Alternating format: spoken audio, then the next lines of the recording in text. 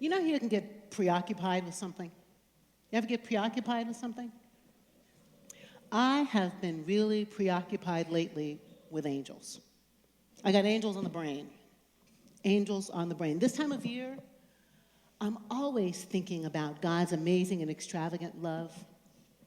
Love that made God gift us with a child so that we could be drawn into the wonder of his infancy, be mystified by the tiny hands and feet, be taken away with the smile and the cooing, wondering at the biting of toes. How do they do that? How do they get their feet in their mouth to bite the toes?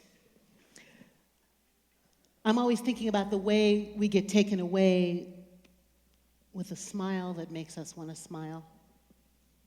I'm always thinking of the clever way that God chose to come into humanity in such a way that would make us fall in love with God all over again. To feel the tug at our heart that makes us yearn to be kinder, better, sweeter, more loving, more generous. I'm always thinking about the wise plan of God to make an appearance in humanity as tiny humanity. And this time of year, I'm always thinking about Mary, about her being overcome with spirit and full of the light that the darkness cannot overcome. I'm always thinking about the courage of a young woman to bear a baby and bear the scorn of nosy neighbors who, no doubt, doubted her story of Immaculate Conception.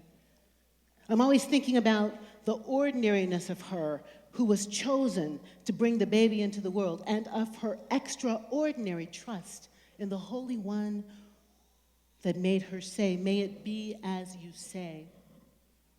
I'm always thinking about her willingness to be used and the joy she felt at being chosen. I've spent years thinking about Joseph and his tenacious commitment to Mary and the child she bore.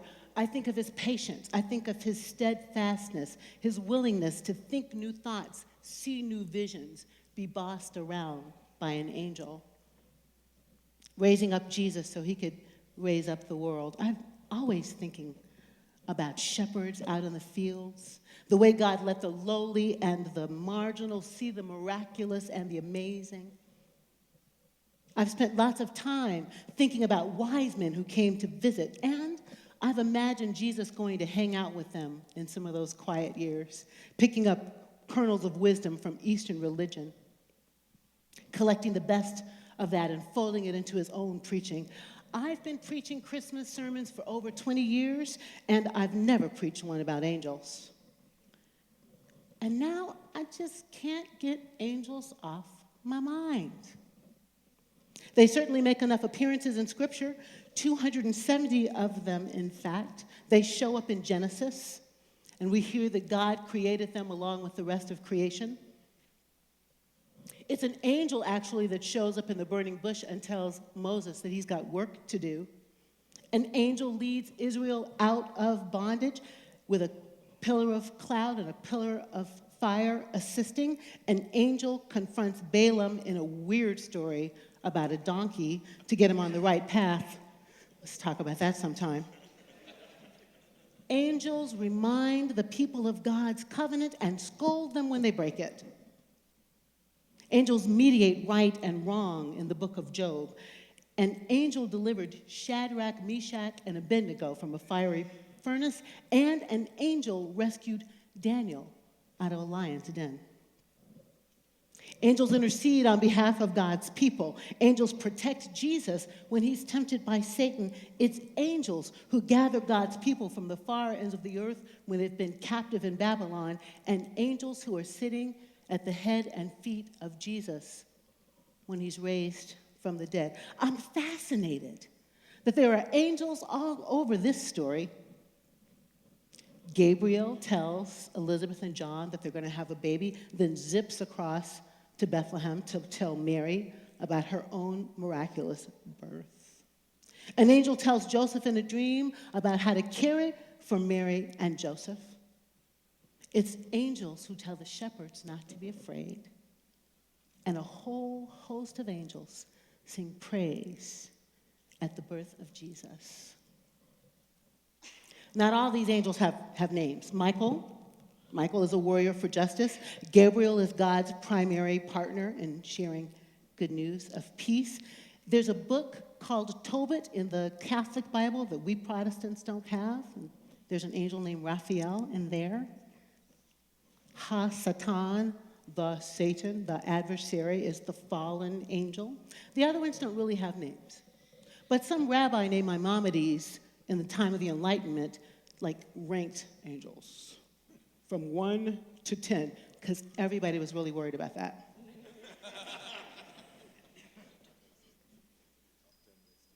Yeah, Sheot, some stuff. Seraphim and cherubim are in the middle. The bottom are called basically, well, I'll come back to that. Muslims believe in angels. Mormons believe in angels. Catholics believe in angels. Protestants believe in angels. Some Buddhists even believe in one angel. Did you know that? And this angel is said to collect 10,000 tears. How about you? The Hebrew word is malak. Malachi, malak. And the Greek word is angelon, angel. And they both mean messenger. Do you believe in messengers? Do you believe in messengers from God who have good news of great tidings, of great joy to share? I do. I prayed with a couple of angels the other night, Christian and Ethan. They came over to my house. They brought their parents for dinner. I thought that was very nice of them to bring their parents over for dinner.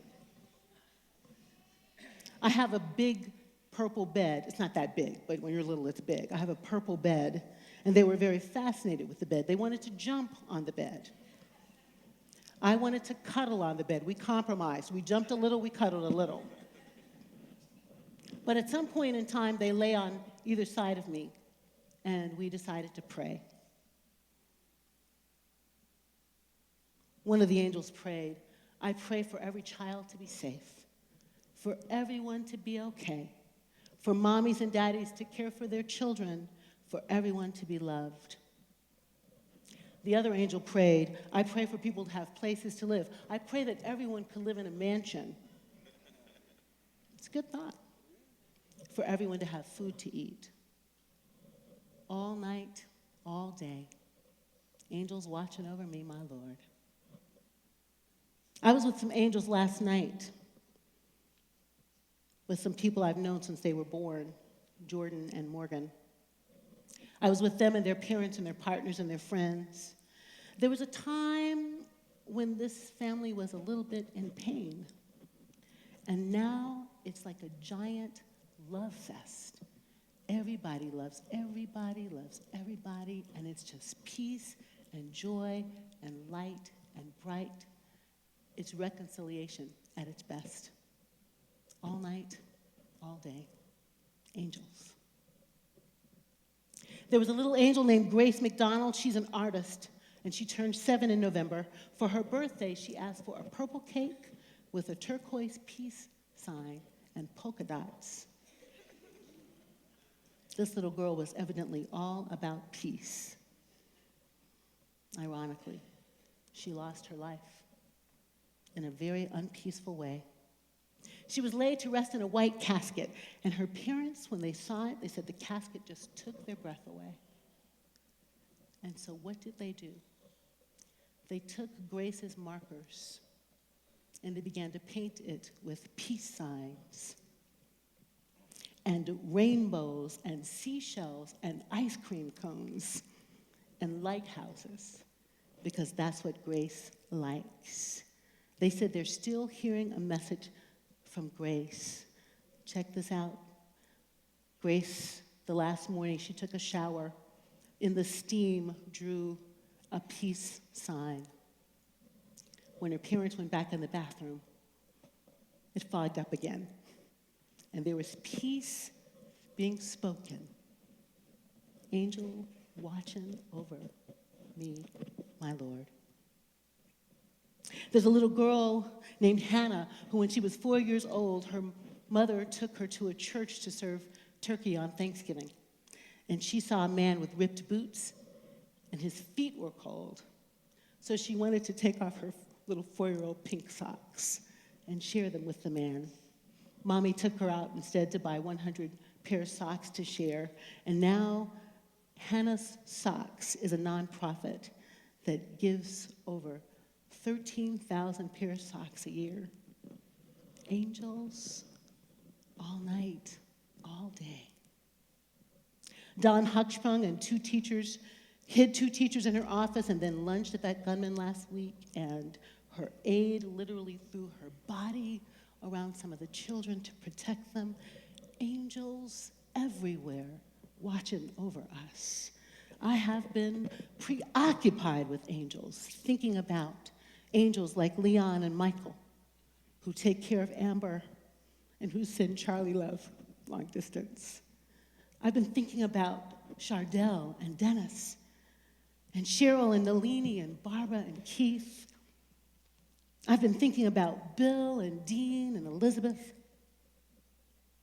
and Titus and Matt and Jenny and Jeremy and Alex and Allie and Charles and Sherry and Michael. I have been thinking about angels. I've been thinking about Danita and Sam and Mady and Tony and Tina and Nathan and Kelly, about the Middle Church Choir and the Jerice Johnson Gospel Choir, and about Pam and Brandon and Carol and Harold and Gabby and Joanna and Michael and Alex and Carrie and Lisa, and people who stand in the gap and who breathe in the mold and take down the mess and make it better. I've been thinking about Lynn and Laura and Susan and Sandy and everyone who does therapeutic help and care and counseling. And I've been thinking about the consistory and the old consistory and the always consistory, and the unsung and unknown angels who take care of and sit in for and write cards to and intercede and show up and tweet and blog and talk and march and write letters, and who are always bearing God's message to a world that is so lost, that needs so much. I have angels on my mind. Angels rising up on wings like eagles, and angels weeping out of sorrow and shared grief, and angels silently bearing burdens and boisterously sharing joy.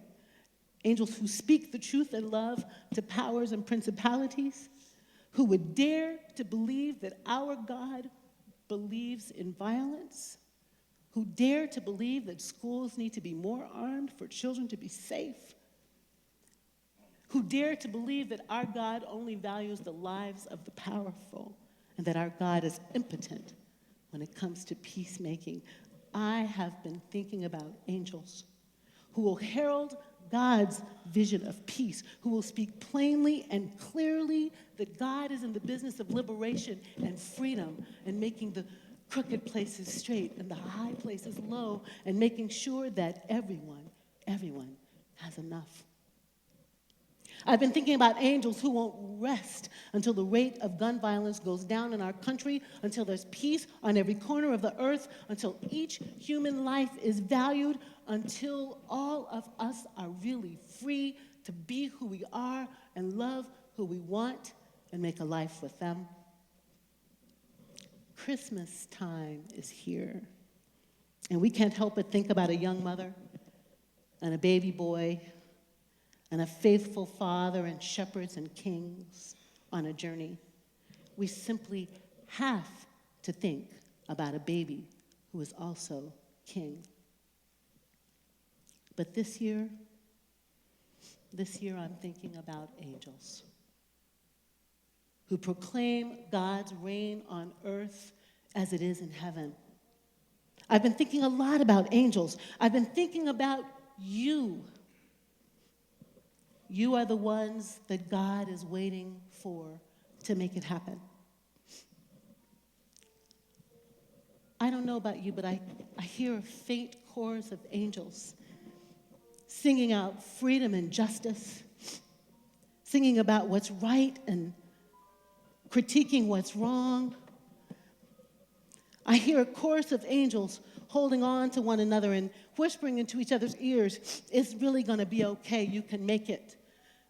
It might be dark right now, but joy comes in the morning. I have been thinking about Angels Middle Church, and you, a chorus of urban angels, called by God to do a bold new thing on the earth, uniquely equipped to shift the universe just a little bit, to make peace where there's war, to reconcile with the brokenness, to herald God's soon coming reign. I hear you. I hear you singing. Gloria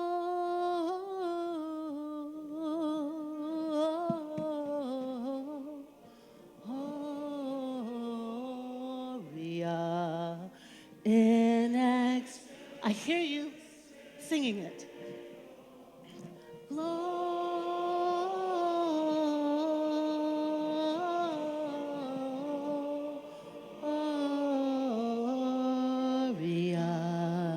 in excelsis Deo.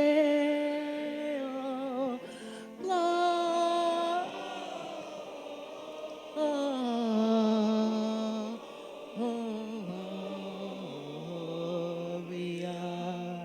in excelsis Deo. I hear you singing it. Gloria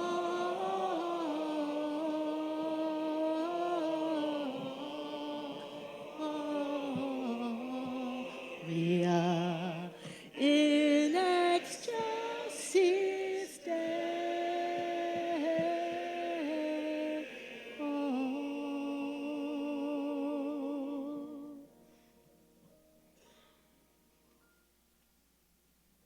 Merry Christmas.